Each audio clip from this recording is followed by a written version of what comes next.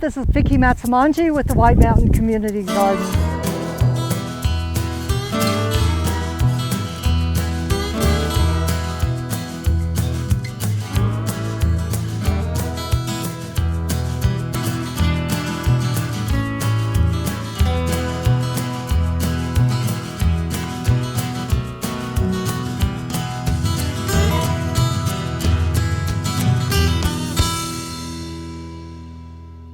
Today you're going to visit the children's garden where they're building a wall and planting flowers in the bricks.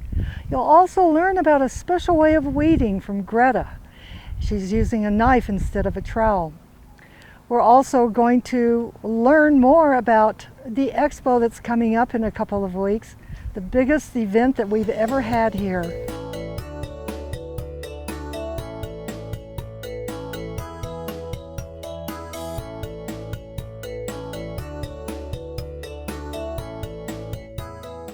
Hi, I'm Jocelyn Miller. I'm Haley Enders, and we are filling bricks up to plant flowers in them around the children's garden. To give it like a little border almost. We filled these blocks up 2 weeks ago, and now we're going to fill it with hay, dirt, and pony poop. And then after, I think next Saturday, we're going to be planting some flowers inside these bricks. But we have to fill them up like halfway so that we could get enough dirt and Nutrients. fertilizer in there. Yeah, and it's gonna be fun when they all bloom up open.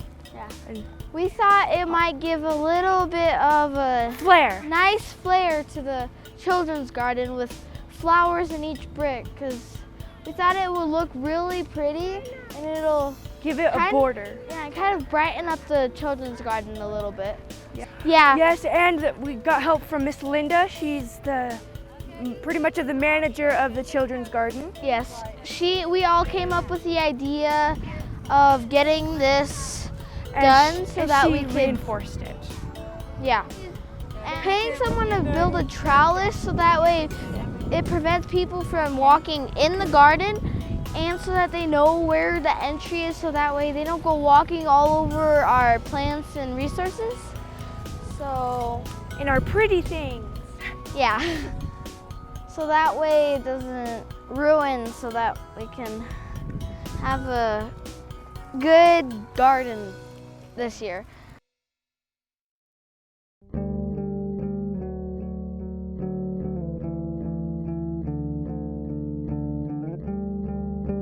Hi, I'm Greta Papistani, and I'm waiting here for the White Mountain Community Garden. A good time to weed is all the time. The more you get the weeds, the better it is. This is a vine weed. The roots go on forever. It's everywhere in the garden, so you can't ever get rid of it completely.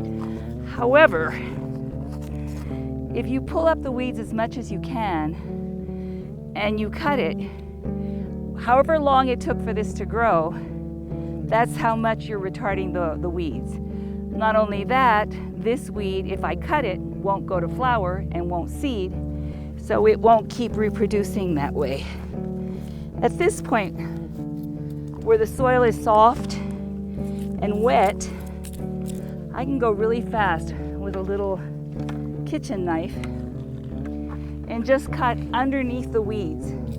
I use a knife because it disrupts the soil less than digging with a trowel, and because really all I need to do at this point is just cut the roots.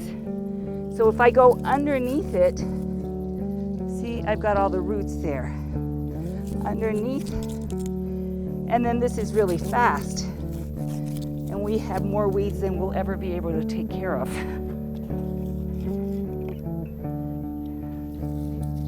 See, I can just go underneath the weeds.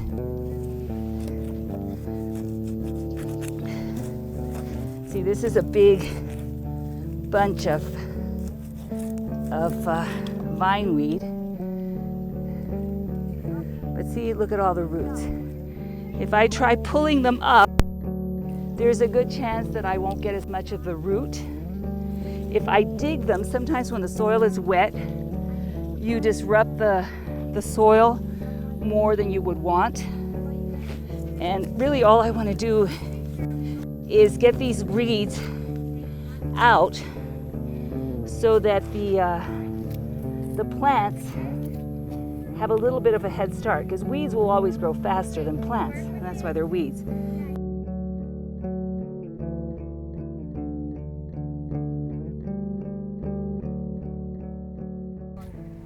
Hello, I'm Pam Morrow with the White Mountain Community Garden, and I am working on what we're calling our entrance bed, because when you walk in, here it is. What I love about this entrance bed is it comes to my waist and I don't have to bend over.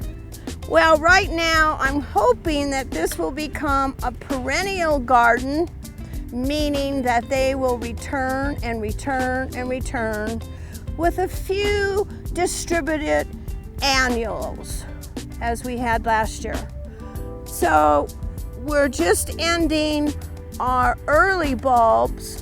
As you can see, mostly tulips and daffodils, and eventually I will cut all this back, but right now I'm letting the greenery, because that's putting more energy into the bulb. And a couple weeks ago I planted bulbs that will come on later, such as canis, lilies. Canis, of course, will have to be dug up, which isn't a fun thing to do with perennials, but I will do it because they cannot take the cold. They're a beautiful, beautiful flower, but they don't like a cold winter.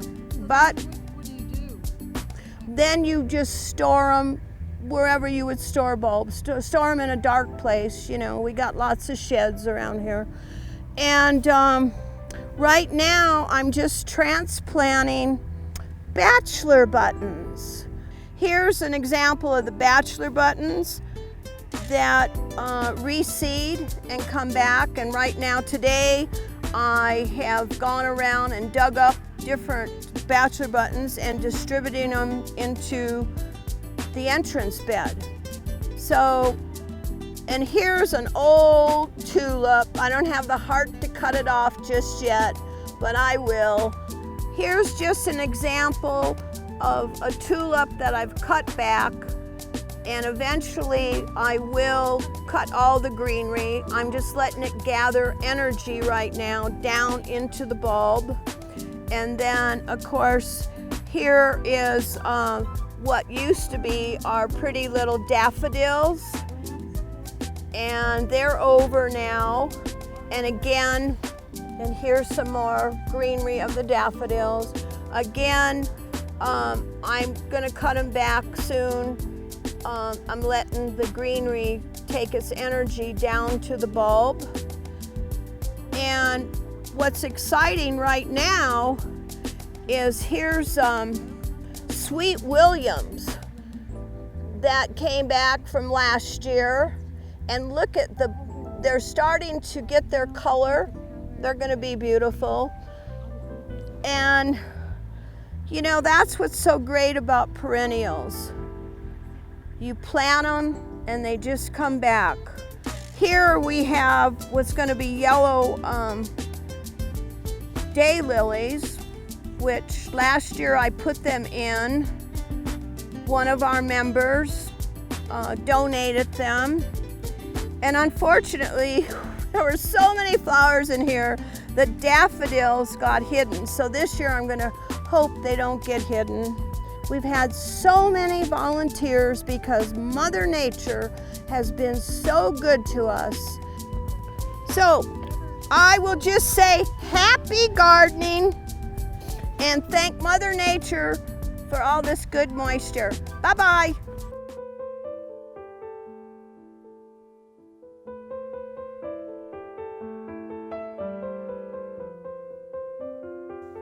Good morning. We're here at the community garden with the lawnmower in the background, and we're getting ready for planting. It's about the 10th of May, And we want to plant this garden by the 1st of June. We're getting ready to plant a winter crop, which by winter means cool weather, which would be cabbage, broccoli, cauliflower. And we've got these rows we're gonna plant them in, but the rows aren't ready yet. So we need to get them ready. And with me, I have Mike, who's a volunteer. It's actually his first day here at the garden, and he's not really a gardener, but he's learning.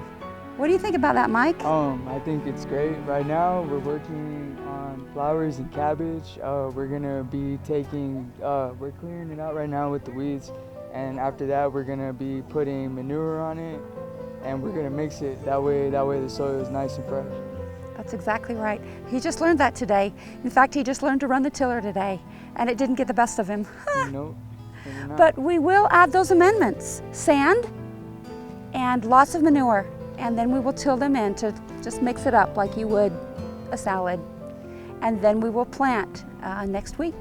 But we do that for all of our rows. We did that for our garlic rows, our onion rows, our lettuce rows, our bean rows, our radish rows, our pea rows. We do that to all of them.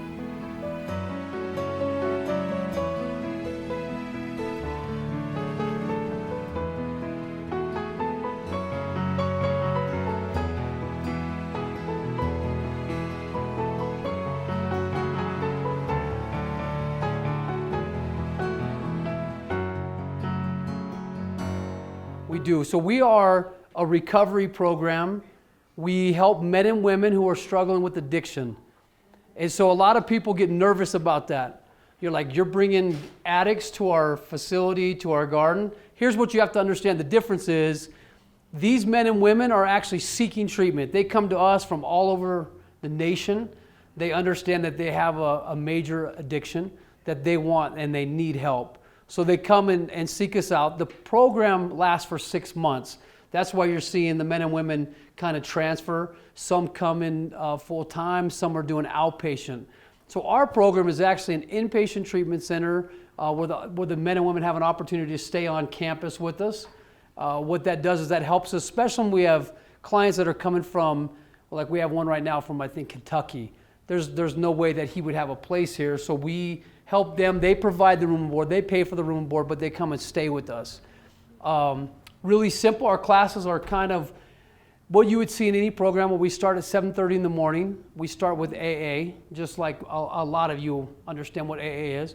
They go there for an hour where they get to share with other men and women what they're going through. Then we have a class at 9 o'clock where my parents actually come in and teach, where they teach about life skills. They talk about fair fighting rules, domestic violence. My father's an ex-teacher and an ex-police officer. My mom's a mom of 8 crazy kids. So she brings a lot of experience to the table. So that's kind of, then I come in and teach. My experience is I'm a recovering addict. I was a police officer for the city of Mesa, and I was working narcotics and I was run over. I was raised with the most amazing parents, most amazing family, went on a church mission. Never ever in my wildest dreams thought I'd be wrapped up in addiction.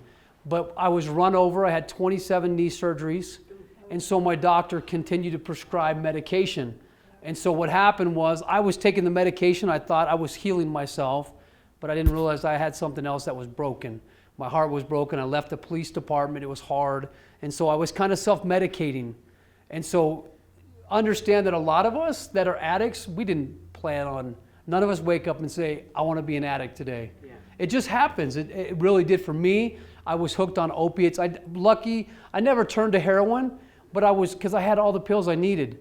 I had blown my hand out, my shooting hand, so had a doctor for that. I had a left knee, and then I broke my ankle at the same time. So I had 3 different doctors. So I go to one doctor, and he says, you need this medication for this ankle, you need medication for this hand, and then you need a knee. And at the time, they didn't communicate, so my doctors didn't communicate with each other, so they had no idea what they were prescribing, right? Now the law's changed to where the doctors and pharmacists can actually communicate. I don't know if a lot of you are aware of it, but they now, if I come into Walmart and then tomorrow I go to CVS, they can communicate with each other. Say, wait a minute, didn't you yesterday? But at the time, when I was going through it, they didn't know that. So I could doctor shop. I could say, this knee's hurting a little bit, and they would up it. And they would say, you're a police officer, you're never going to become addicted to this. So that kind of shows how naive I was and my doctor was. So the greatest part of it was I had to come to Jesus meeting, right? I went in my bathroom, opened my cabinet, and realized my prescription pills were perfectly placed. I went through a divorce, I lost my family, lost my children, and as I looked in my cabinet, it was perfect. When I shut my cabinet, I looked in the mirror and I saw my room, and my room was a disaster. And I'm thinking to myself, wow, you have an issue. If your pills are that perfect and your room looks like that, you got to fix it. So I didn't go to rehab. I did not. I spent 7 days on my bathroom floor.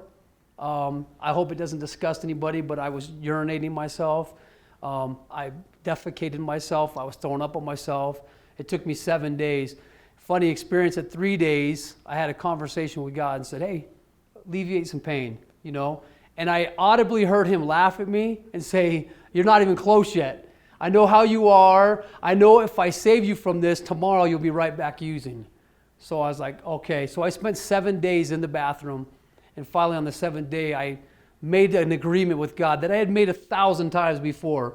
I don't know if any of you have struggled with addiction, but I had told God, if you just get me through the night and don't let me use the night, tomorrow I'll be different. Well, it never happened. But it was this one day after 7 days of going through that, I heard him talk to me. He says, okay, this is it.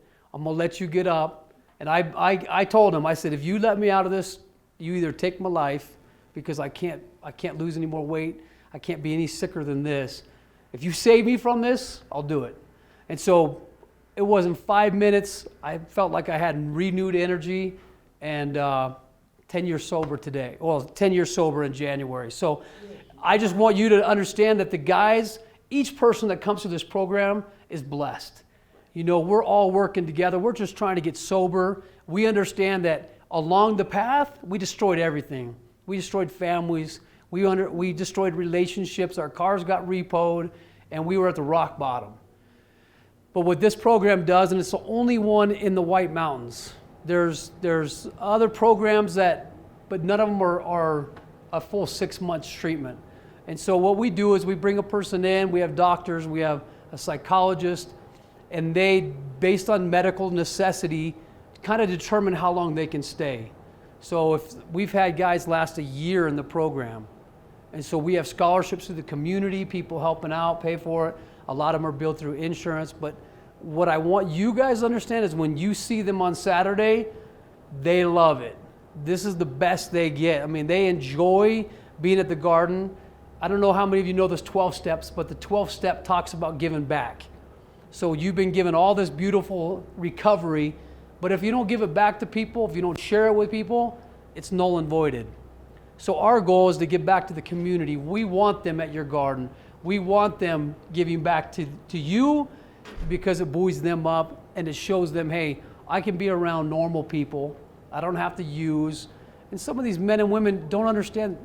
They've never done it sober. They've never come and talked to people sober. They're so nervous to be around in the community. So our goal at Blue Vases is to get them out. Get them in much exposure amongst the community as possible, so they don't have to hide from these demons. Like addiction, we talk about addictions like a monster waiting under your bed for it to attack. And the more we get them out and expose them to it, that monster can't come out. We're not secretive anymore. Because addiction's very, very secretive.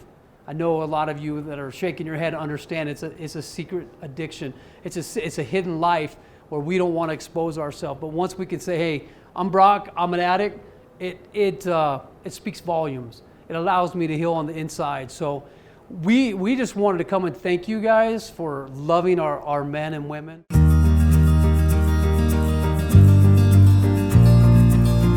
Bob Pena and Loretta and Pat, they're here today. And I want to read something from John Muir. Bears are made of the same dust as we, and breathe the same winds and drink of the same water. A bear's days are warmed by the same sun. His dwellings are overdomed by the same blue sky, and his life turns and ebbs with heart-pulsing likeness. He was poured from the same first fountain. And whether at last he goes to our stingy heaven or not, he has terrestrial immortality. His life, not long, not short, knows no beginning, no end. To him, life unstinted, unplanned, is above the accidents of time, and his years, markless and boundless, equal eternity. And from what I know about Bob Pena, that man embodied these thoughts and these gentle positions, you know, whether he was going out and building trails and walking miles and miles. He's walked every trail in our mountain. And then he'd come here, walk to the shed, not say anything, maybe raise his hand in greeting, grab a shovel, and just do the darndest job of weeding you have ever seen in this garden. He was an amazing, amazing gardener. I'd like for us to go inside and go into a prayerful place and acknowledge our oneness with people like Bob Pena, who was connected to the earth and to help it to grow. He was also connected to all of us, just as we are connected to one another. And I hope we bring that feeling and that consciousness to this garden, that we honor and respect one another, just the way Bob honored and respected the earth and the people around him as a teacher. So I'd like to finish with saying, again from John Muir, you know, great guy this John Muir. When one tugs at a single thing in nature, he finds it attached to the rest of the world. Oh, I like that. And that's us. So I'd like for Chris Coates to come and talk a little bit about the camas pear that we are planting in Bob's honor. So if you wouldn't mind stepping up here. Okay, the Comes pear, it's a cultivar of the European pear, and its actual name is Pyrus communis Doyen du Comis. So this is, it's a very nice pear. It's a large, juicy pear. Supposed to be very rich flavored, blight resistant. It will be a golden color when ripened with maybe a little bit of red to it. It might get 15 foot tall at maturity. And that's, well, let's see, the European pear, which it's a cultivar of, is native to Central and Eastern Europe and Southwestern Asia. And of course, as you know, pears are in the rose family, so it's related to roses. Now it's in Cholo. Now it's in Cholo.